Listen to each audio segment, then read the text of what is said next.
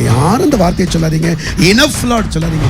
போதும் ஆண்டவரே, சகிச்சது போதும். வியாதியில சகிச்சது போதும், பலவீனத்துல சகிச்சது போதும், என் துன்பத்துல சகிச்சது போதும், இதுக்கு மேல முடியாத ஆண்டவரேன்னு சொல்லாதீங்க. நீங்க சொல்லுங்க, என் நியாயம் கர்த்தரிடத்திலும் என் தேவனிடத்திலும் என் பலன் இருக்கிறது. அவர் கண்டிப்பா என்னை கொண்டு பயன்படுத்துவார்.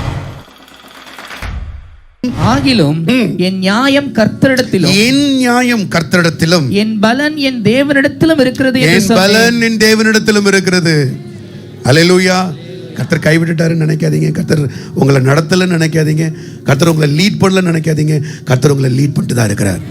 கர்த்தர் உங்களை நடத்தி கொண்டு தான் இருக்கிறார். ஆனால் உன்னை கர்த்தர் என்ன செய்கிறாரு?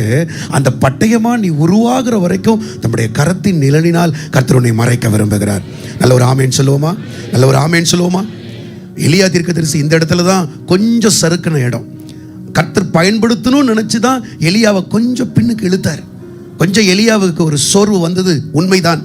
சூரியச்செடி கீழே போனது உண்மைதான். ஆனால் அந்த சூரியச்செடி கீழே போன எலியா கொஞ்சம் இந்த வார்த்தையை சொல்லியிருந்தா நல்லா இருந்திருக்கும். என் நியாயம் என் தேவனிடத்திலும் என் பலன் என் கர்த்தரிடத்திலும் இருக்கிறதுன்னு சொல்லியிருக்கணும். ஆனால் எலியா அந்த இடத்துல கொஞ்சம் சோர்ந்து போய் என்ன பண்ணிட்டாரு? போதும் கர்த்தாவே எடுத்துக்கொள்ளும்னு சொல்லிட்டாரு. யாரும் இந்த வார்த்தையை சொல்லாதீங்க. இனஃப் லார்ட் சொல்லாதீங்க. போதும் ஆண்டவரே, சகிச்சது போதும். வியாதியில சகிச்சது போதும், பலவீனத்துல சகிச்சது போதும், என் துன்பத்துல சகிச்சது போதும், இதுக்கு மேல முடியாத ஆண்டவரேன்னு சொல்லாதீங்க. நீங்க சொல்லுங்க, என் நியாயம் கர்த்தரிடத்திலும் என் தேவனிடத்திலும் என் பலன் இருக்கிறது. அவர் கண்டிப்பா என்னை கொண்டு பயன்படுத்துவார்.